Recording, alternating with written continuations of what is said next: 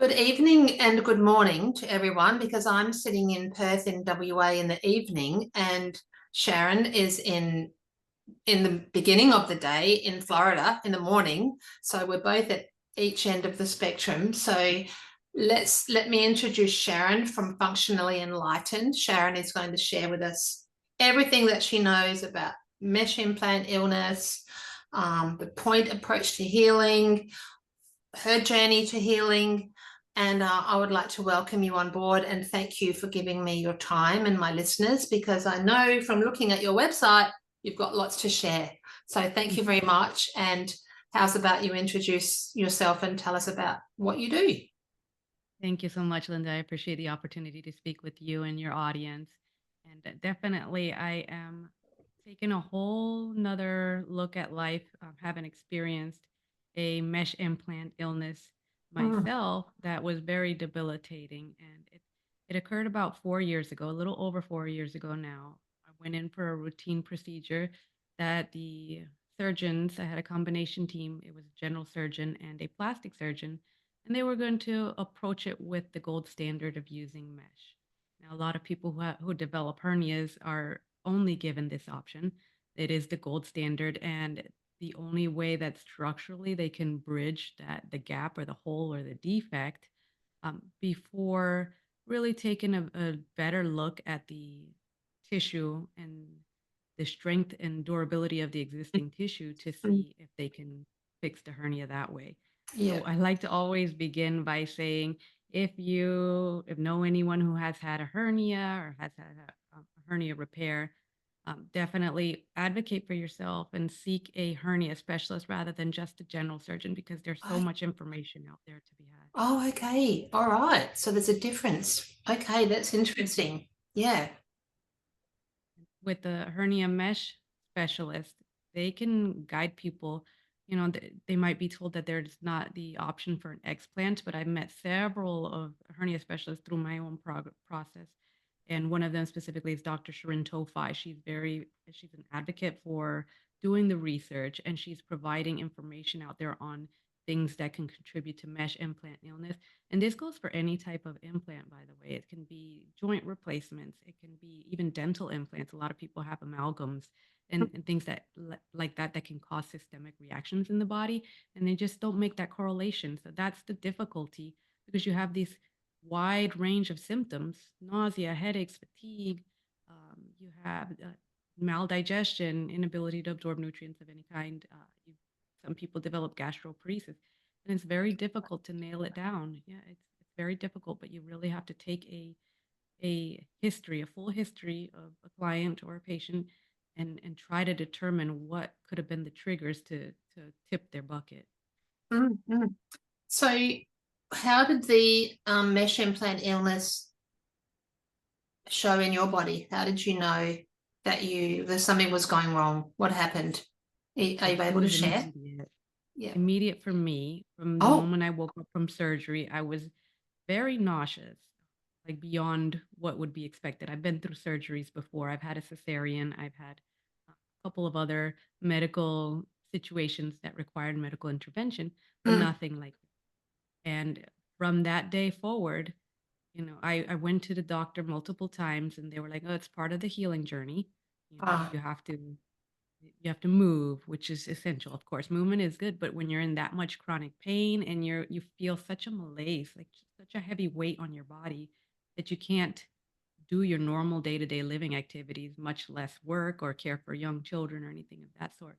But I did seek out help for 3 4 weeks, trying to see what I could do to improve my condition, and I just was not getting any answers. And from there, I joined several support groups, and sometimes they can be very helpful, and sometimes they can be the opposite end of the extreme and just be very disheartening, just to see so many people dealing with similar situations and not getting the medical help they need, also not knowing that they can do some functional things to improve their quality of life. So that's where I am today. But the whole process, it was 4 months before I found a surgeon who validated that the mesh implant could have been causing the symptoms. Because the day Okay. before surgery, I was running 3 miles a day with my children. They'd be riding bikes, and I'd chase after them. I was Yep. a weightlifter. I was Ah, very engaged in the community, and I was an environmental engineer at that time. A lot of field work, a lot of outdoors, physical labor, yes. Yep. and, well, inspections and that sort of thing. But from that day forward, as I mentioned from the surgery, just couldn't even get out of bed much. I became bedbound before I found the explanting surgeon who essentially saved my life at that point. Oh, goodness me. Yeah. So can I ask, what are the implants made from, the mesh implants? Do you know what they're made out of?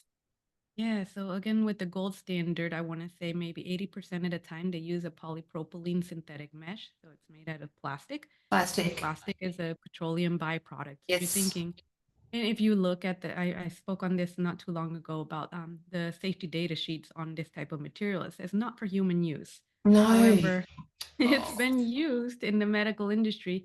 I think it's just very hard thing to find suitable material that's going to technically be innate in the human body. It's yes. not supposed to be Yes. reactive.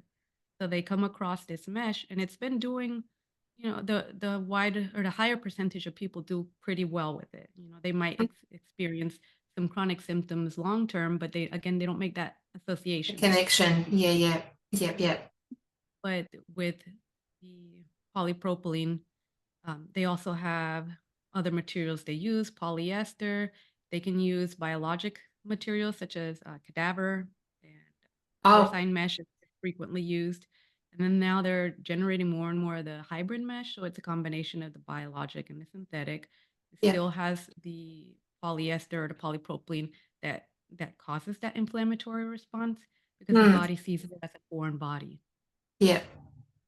Yep. So I was speaking to a young lady this week about breast implant illness, and she said when a breast implant is put into the breast, the body forms a capsule around to keep itself safe, I guess, try and protect itself. So does the same thing occur if you have a mesh implant? Does the body put a little coating around it to keep itself safe? Absolutely. So biofilm does tend to develop on Biofilm. any Yep. material, and then the bacterial colonies that localize themselves on the mesh. So a lot of times you might have a localized reaction, but then you have the more systemic issues, as in my case, which is a foreign body reaction. And Yeah. here again, you have the biofilm that encapsulating the mesh. It can expand, and if we have infections in the body elsewhere, we're taking antibiotics, Mm, which might disrupt these colonies somewhat, but it doesn't fully eradicate them. So the mm, problem is that we're kind of making the home or making the environment more suitable for these colonies to just keep inhabiting and causing that inflammatory response to never taper down. So that's one of the main things that I see with mesh, and then with other infections in the body, that you have again the need to address these biofilms directly, and in some cases that can't be done where only an explant would be able to fully eliminate those types of toxins in the body. so are you talking even with joint replacements? So people have a hip replacement or excuse me, a knee replacement or a shoulder. Is it the same? Is it the same scenario? This can happen to your body. Yes, I believe a biofilm can develop in any area of the body. Now, the difference between joint replacements and breast implants and hernia mesh is that you're dealing with a more like a solid metal, titanium, for instance, type of Uh-huh. material. And so people exhibit more of a true allergic reaction, and they can probably pinpoint what's causing their Yes. illness more directly. Whereas, Yes. and now we know breast plant illness is becoming more well known, more people Mm-mm. coming up front, more people having surgeries for removal. And so Mm. that information is out there. Um, I've not experienced it myself, but I'm thinking about just the location in the body. We Yes. have, you can have severe infection in the upper respiratory tract due from breast Oh, implants. But in the right. mesh, in the hernia mesh, we're talking, even if you have a hiatal hernia in the esophagus, that's bordering your Yes. organs, and so the impacts can be more than just systemic, it can be structural damage to those organs. Mm, mm, mm. Because I guess the body grows the mesh into itself, like it kind of becomes part of you and then it would be difficult to remove if you wanted to have it removed. Right. So again, you'd have to seek out a hernia specialist. Never go to Yeah, just a general surgeon. You definitely find somebody who has a lot of experience in removals. And there might be instances where mesh might be the only way if the defect is so large, but there yeah, can be other options that are probably better suited for the individual. yeah. I'm just a disclaimer that I'm not a medical doctor in terms of No, no. surgery. So Yeah, yeah, but yes, definitely. But you've walked the walk and you've had the experience yourself, so you can share from your perspective. That's just general advice for everyone to take on board. Can you tell me about the point approach? What is the point approach? yeah, thank you. It's our approach that we use to essentially identify hidden stressors in the body. And I look at it as the mind, the body, and the home. And Mm, so when that's when we work nice. with clients now, they've likely already been through the gambit with all the different medical practitioners, and they've probably received a diagnosis, maybe not. They've probably been prescribed numerous pharmaceuticals. So in the point approach, we really look at all the toxins that have entered the body or continuously entering the body, and we try to reduce the load. So if we start with the point, P for point, it's going to be looking at proper nutrition. Yeah. And again, a caveat, I'm not a nutritionist. I'm not a licensed practitioner in that sense. But when we look at nutrition, we look at food sensitivities and we look at metabolic typing to see what type of macronutrient ratios would energize them more effectively. But food Hmm. sensitivities is a key piece. A lot of people are, the clients that I tend to work with are very limited in terms of diet because they experienced all these reactions to food and they develop a fear of expanding the diet again. So I've seen clients that are down to 3 or 4 different ingredients. So Wow. Wow. yeah, we take a step back, and I myself was down very limited when I began my healing journey.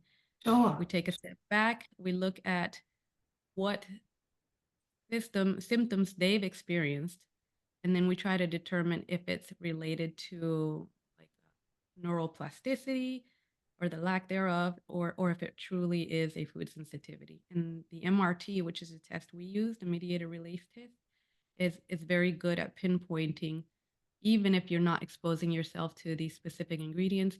It takes whole blood and it tests the blood directly for an immune response so that we're able to see, yes, these types of foods are triggering. And then Uh-huh. here's a good group that is more safe for you currently, and you could try to work your diet up from there. So that is Right. the first step in our point approach. If Right. I want to go forward to the O for optimizing movement, and this might be somewhere where you can definitely add to this point. Optimizing movement again with our particular clientele, they're very limited in mobility, but we try to get them either to get support in the form of physical therapy or massage therapy if they're not able to do much movement themselves, and then just slow, easy movements, walking, swimming. We use a Hmm. lot of recumbent bike. It's Ah, a lot of yes. people who have abdominal scarring, so it's difficult to do most of the motion, but working our way up. And so I would like to lean on you for your wisdom on this piece when you're working with limited mobility. Yeah, it's an interesting concept because I know I'm just going to draw on my daughter is a bilateral amputee, so she has prosthetics, and I teach reformer Pilates at home. So I don't know if you know, reformer Pilates is the bed, and the reason I teach reformer Pilates is because Liana um, learnt to walk with Pilates. That's what got her, her glutes working and her body ready so that she could walk with prosthetics. It's a big job. It's a long journey learning to walk again. And I thought, oh, there's something in this. Like, I need to know more about this. So I went and became trained as a Pilates instructor on reformer. And I had her up for a class with me the other day, just her and I on a one-on-one. And it's really interesting to see how you can change a movement to, I don't really want to use the word compensate, but to assist a person with limited mobility realize their own strengths, realize what they can do, and use their situation to help themselves get better. And it has to always be small little increments of improvement to bring around confidence, especially if there's been pain involved or trauma in your body. You just don't know how that's going to present, do you? So you have to be careful and be mindful of your client and not push them beyond, but also just to kind of prompt them a little bit to know that it's okay. And I guess they've got to learn to feel safe and learn to trust you in your judgment of what you're telling them or advising them that they ought to be doing. But I teach Pilates to 94-year-olds on a chair. There is so much movement you can do in a chair Pilates. They get their heart rate up and they use their arms and their legs and they use the chair as support. So there are things that you can do with different modalities to get your body moving. And walking is definitely, even if it's just for 10 minutes, 3 times a day, not 30 minutes all at once. It's an improvement from not doing anything. Yeah, I think that that's great, especially what you mentioned to be able to do it in a seated position. Some of the clients I work with are part of a dysautonomia community, so they have the postural orthostatic tachycardia syndrome, where anytime they're elevated, their heart rate automatically, you know, Oh, it jumps up 30 beats per minute minimum, some even a lot wider. But yeah. they have a difficult time doing exercise, much less like you can't ask them to do squats. Like that No, might no. contribute I to don't like it. syncope, Yeah. but we know we have to build the strength muscle. So I'm Yes. again, I would imagine what you can teach would strengthen the leg muscles in a safer, more effective manner. Mm-mm. I've got a particular lady that's just come to mind. I won't use her real name. I'm going to call her Ruth. So Ruth is probably, I think she might be 80. I think Ruth might be 80. Yeah, I think she is. So I've been teaching chair Pilates for about a year. And when we started, I had to work out what each one of them was able to do. But Ruth could not stand up out of a chair without help, without me helping her. And this yesterday, actually, it's this morning. Is it this morning? Is this Wednesday? Yeah, yes, Wednesday this morning. Yes, she managed to do 10 stand-ups out of the chair by herself, which I was really, really thrilled with because she has built muscle. That means that she's gotten or she's connected back to the muscles that help her stand. So I was really, really thrilled. So next week I'm taking her a merit certificate to say, good on you. She can put it on her Yeah, fridge. Yeah, that's so super encouraging. yeah, it is. And even reversing osteoporosis can be addressed with increasing your muscle mass and lifting heavy weights and body. I guess at the beginning it would be just body weight, doing things with your own body rather than adding weights in there. But yeah, really encouraging results. Yeah, yeah. And I have a couple of clients now that are also they were fairly sedentary prior, and they've incorporated things like yoga, which is always beneficial if you can combine that mindfulness practice with physical Yes, motion. I think yes, that's superb. But the the fact that we see when we get the movement and we see exercise uh, assisting the ability to produce nitric oxide and how nitric yes, oxide impacts the body. And then you have your hormone stabilization. So many factors go around all of these pillars that we're looking at. Again, in the point approach or in any holistic practice, you're looking at the diet, you're looking at the movement.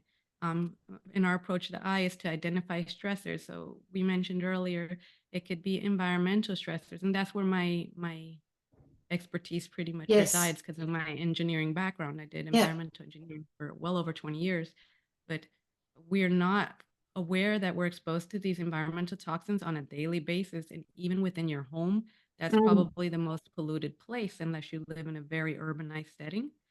So mm, we're looking at trying to change out our cookware, our food storage containers, type of foods we eat. Again, going back to diet, we want organic, grass yep, fed, yep, very minimal, like try to minimize any conventional products, but opt for whole foods. And but then there's always the specificity of the diet because of sensitivities like oxalates that yes, some people or histamines. And so we're yes, looking at also toxins of how we eat, not just the products we're using, the cookware we're using, the storage, but also trying to look at not eating leftovers, or if you have leftovers, freezing them immediately so that the Oh, histamines don't can't contribute. develop. Right, Yes. right. So Wow, it's a that's big. yeah, it's small things that people can do in their home. And there is the financial encumbrance when we're trying to switch to organic products, but there's also the option to try to make our own personal care products, for instance. You can make your own Mm-mm. your lotions, definitely shampoos can be done at home. But there's so many products out there now. If we look at the Environmental Working Group as as a resource, you can go on their website and look at what products have been certified. I don't know what the green or clean, and really Uh, look at the ingredients yeah, and make sure yeah. that they're clean and free of synthetics for sure. Mm-mm-mm. So always as well, if you, I mean, I try and encourage people to shop at farmers markets, and I see that you've got that on your website because you're supporting the local farmers as well as getting really nutrient dense food into your body, which is really what we need, isn't it? Right, absolutely. I do. I'm fortunate to have a farmer's market in Nice. my township. But for those that don't have something they can visit on a weekly basis or a semi-weekly basis, there's different farmers, I guess, what do we call them? Like Miller's Bio Farm and BP Valleys. You can go online and order from them direct, and it's not local, but we know and we trust the products that these farmers are putting out because they are um, practicing all of those the practices that are not mandated in our conventional supermarkets, so that And we I can guess, get sorry, I guess if you're, you know, you mentioned about things being more expensive. Well, it might be more expensive, but it's not as expensive as what the pharmaceuticals will cost you down the track. And it's not as expensive as, you know, sitting in a doctor's surgery waiting for a CT scan or waiting for a blood result to come back or driving over here and waiting over there. Because the thing about being unwell is it costs you money, but you also have to be patient because you've got to fit in with the hospital system. The hospital system doesn't fit in with you. So it's a cost to buy the food initially, but I think long term you're way ahead of the goalpost by a long shot by eating nutrient dense food to stop you being on this journey of more expensive products to keep yourself well as you get older. Yeah. I was in that journey for 3 years. As you said, it's time, energy, money, and it's peace of mind that you let go of when you start relying on medical intervention. Now, it has its place for those acute Sure. conditions or for Sure. emergency situations. Yes. When you're in a chronic situation, when you feel symptoms all the time, and there's no, even when, again, when there is a formal diagnosis and a pharmaceutical prescribed to treat the symptom, you're not getting to the root cause of what's contributing to those symptoms. That's So, right. in my experience, it all comes down to an imbalance in the body. So whether it be minerals or nutrients, toxicity overload, it's all depleting the minerals. And there are things that we can do in terms of getting out in nature more. And as we talked, diet change and reducing our toxic exposure. But all of these things contribute to reducing that toxin bucket. And you'll see, like, I've not seen a case where somebody has not seen improvement. There's Mm. improvement to be had, even if mobility is a limitation. You Mm. can These symptoms can lessen for sure, and your quality of life can definitely improve. Yeah, I know. I notice myself if I've, you know, if I'm away on holidays and I'm not eating as well as I would like to be eating, I sure begin to notice that in my body. I think when you've been eating well and then you have a day where you're not eating so well, you can just know that your body is going, hold on, what are we doing here? Where's our energy coming from? Because it's not there. It's busy processing food that doesn't give you any nutrient value. So you get nothing out of that food. You may as well not bother eating it part of the time. You mentioned, different diets for different people, or we talked about it briefly, but one of the things that I learned the hard way was that drinking fruit smoothies was not ideal for my specific body type. And I Okay. was drinking every day. I followed it, the medical medium protocol. for quite some time, which he's an advocate for reduced fat and all as much raw food as possible. So what I wasn't realizing, and I didn't connect it, this was before my functional diagnostic nutrition training, was that my body was responding to those sugars Mm. by spiking the glucose immediately, and then I would have a crash leading to a syncope event. And in Mm. my case, the low blood pressure was so the low blood sugar was so severe that I would pass out. And this Oh, happened repeatedly. And I didn't understand the connection between the diet, the roller coaster of the blood sugar, because I never thought of myself as having that issue, no. and then the blood pressure that came along with that. I had blood pressure Mm. dysregulation.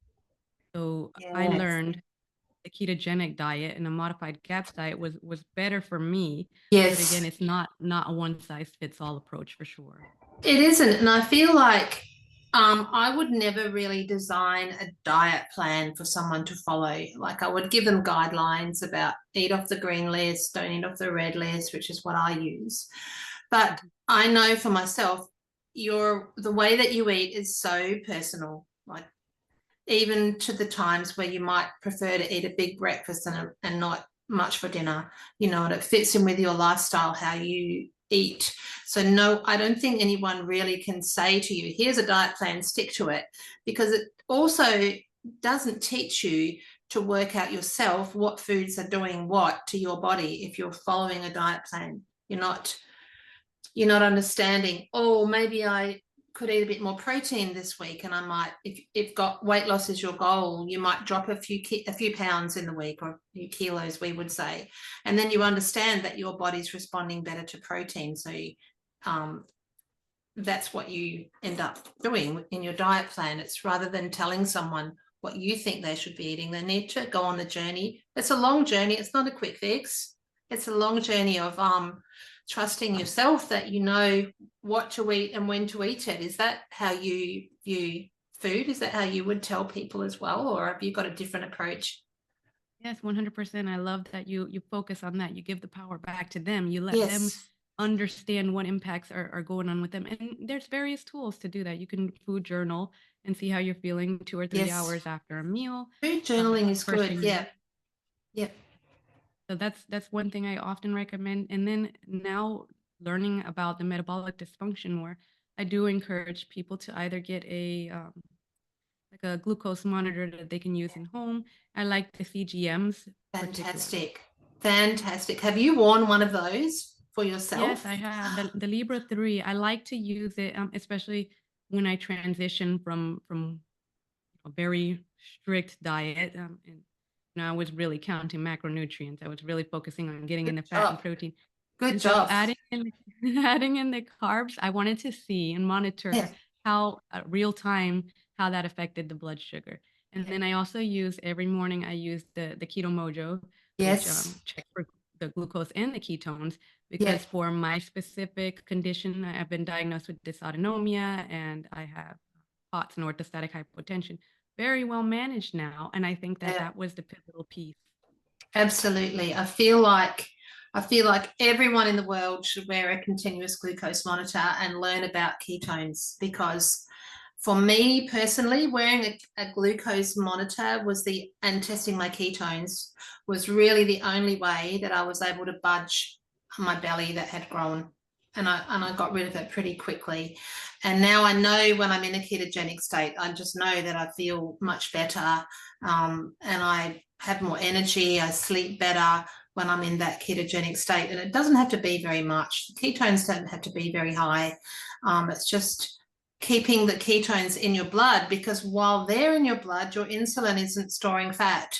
So you're in a fat burning metabolism, which is better for your brain, it's better for your heart muscle, it's better for blood glucose levels. Is our internet popping out? Can you hear me? You're Yeah, I okay? can hear you now. It did fade out for a few Yeah, that's seconds got a there, but note up on my screen. So mm, yeah, it's important to understand that correlation between ketones and blood glucose, because while you've got blood glucose, you're in a fat storage. While you've got insulin racing in your body, you've got a fat storage mentality, and it's not helping your body at all. And most people don't know this. So a glucose monitor would really show you what food's doing. That's why I wear it. I wear it every now and then. Oh, I think we've lost Sharon. Let's hope the internet comes back very soon.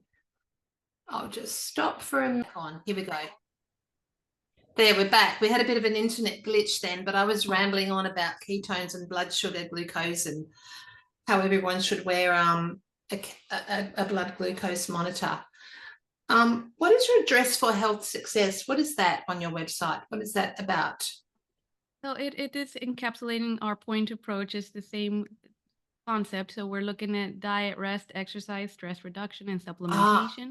So ah, in that order, supplementation is like the last step because we yep, want to get the lifestyle and the diet at the best optimal for each unique person. And yep, we didn't touch up on rest, but I think that rest should be capitalized on because during that time, let's go with sleep. We need the 7 to 8 hour window, and we need it during the optimal times of sleep. Preferably 10 p.m. to 6 a.m. So yep, that your organ systems are able to do the work of detox while you're sleeping and allowing that rest and repair. And so when yes, people don't realize, when people think 5 hours is enough, or if they have broken sleep and they feel groggy, but they just brush it off, that's that's not going to aid them in restoring, the function and the balance in the body. We really need to focus in, hone in on what's disrupting the sleep, whether it be meals just prior to sleep, stress related activities, people doing exercise too late in the day, things like that. yes, yep, Even pharmaceuticals, toxin overload, as I mentioned, we're overworking the liver with how we're eating, what we're taking, what we're breathing, drinking, all those things. So that leads us to the last one, the supplementation. And in our point approach is the targeted therapy. So mm, supplementation and biohacking things that we can do. Infrared sauna, that could yeah. be What have that you could be got? What are your biohacks? Yep. yeah, I love, love, love infrared sauna, and I love the full spectrum. One of the brands that I use is the Sunlighten because they have all three wavelengths, and you can program it to what your goals are. So there's Because it has weight to be loss. a particular temperature, doesn't it? It has to reach a particular temperature, infrared. Is that right? So, it depends again for what the goal is of the user. Ah, If it's okay. detoxification, you can experience very good benefits starting at 105 to 130-degree temperature. And again, this is the nice dry heat. It's not the humidity from a traditional sauna. Yes. So it's very well tolerated. And even in very sensitive patients with mast cell activation, I find that this particular type and temperature and the duration, it works very well for them. So that's one of Nice. my go-tos. And being in an infrared sauna is like exercising anyhow, because it's a good calorie burn, isn't it? Is that Yes, is yeah, that correct? Yeah, yeah. absolutely. And then they do have programs that are in specific temperatures that are tailored for cardio and weight Wow. loss, fat loss. They're But fancy. They're fancy. yeah, there was something else I wanted to mention about. If it comes to me, I'll bring it up, but I Yeah, yeah. forgot. Was it about saunas, do you think, or was it some other modality, I biohack that you have? Sure. Well, yeah, biohacking in general. There's another one that I absolutely adore, and it's the Brain Tap app. So Oh, this one is a set of glasses oh, I with think I saw you on your Instagram today. Yeah. Did you have them yes, it's on? one that I Yeah. use daily. I love this because it helps when for some people who are not able to do meditation, this gives you guided practice. And Oh, it the ability to shut down the senses and focus in and hone in on that practice because you have the light therapy, so your eyes are closed. You're not going to be yeah, multitasking. Light yeah. therapy in the shape of the glasses, and then the sound resonance. So it's like binaural beats targeting different aspects of the Oh, brain. It is wow. very, very amazing the technology that they're able to put out now. And this one with different program types, you can do things for motivation and wakefulness and Hey, um, just brain training in general, and you do things for sleep and winding down. There's certain sessions that are music alone, perfect for winding down again before bedtime. But I really love the sleep programs. do And my you? son, my 8-year-old son, he's going to be 8 next month. He loves it Oh, too. He uses it on a nightly basis. Wow. Oh, does he? Oh, I love it. Does he have a good sleep?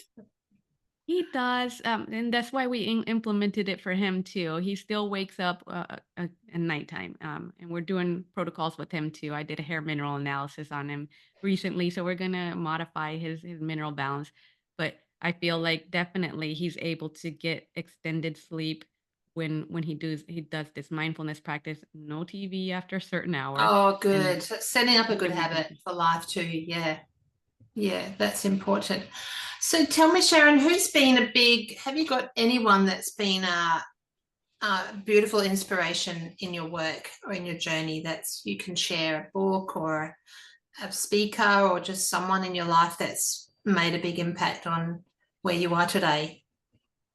Yeah, I feel that as I've gone through this journey, I've come across so many specialists Yeah. out there, so many people who've done both. They've been through it and they now teach on it. Yes. And I think Dr. Veronique Desarnier, who is a breast cancer survivor, she's Oh, very inspirational. She's a two-time breast cancer survivor, and she has developed a system to assist patients or clients of hers that are it could be in any part of their journey, whether they were just diagnosed or oh, wonderful. they're going through treatment, chemotherapy. So she works with these clients, and I see that a lot of the FDN philosophies, our philosophies, align with the same philosophies, and there's a lot of similarities.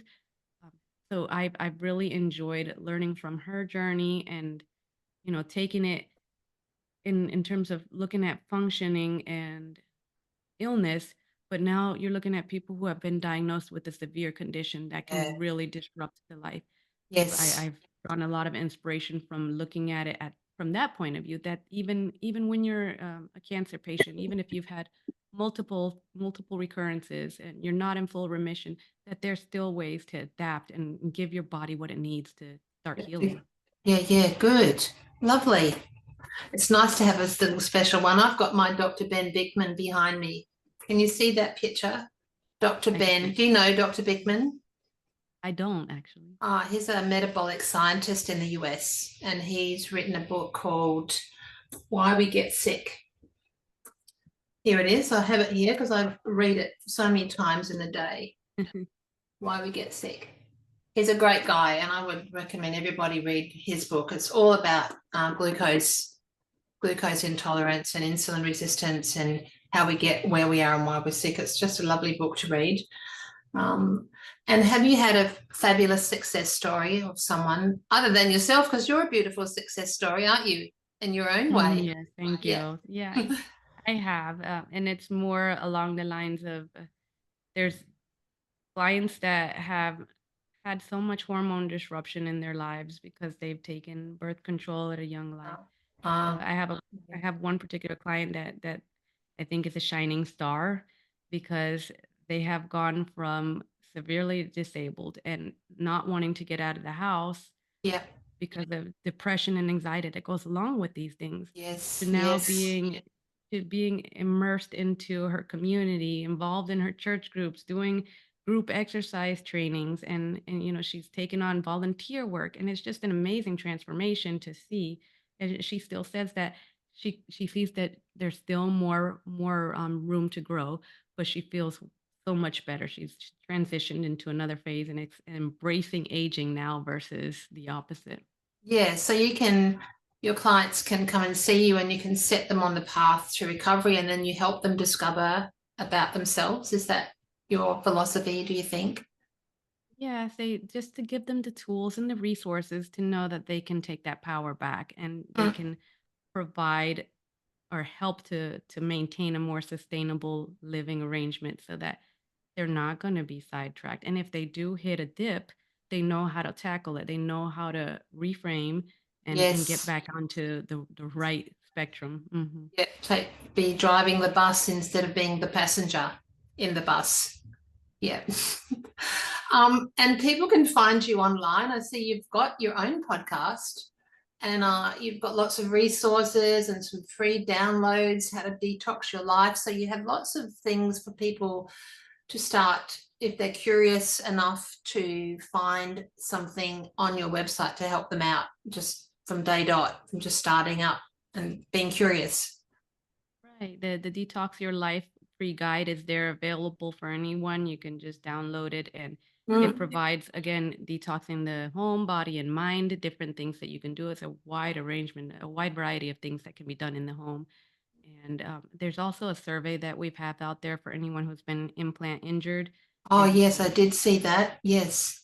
We're asking for anyone, if you yourself or someone you know, a family member, has experienced implant illness, or they think if they could contribute to the research, that's how we can get this information more readily available. And that's any implant in the body, any Any implant. implant. Yep. Okay. I might pass that link on to my young lady that I spoke to about breast implant illness this week. She might have a few people to swing you away, I would think. Oh, all right. Well, thank you so much for your time.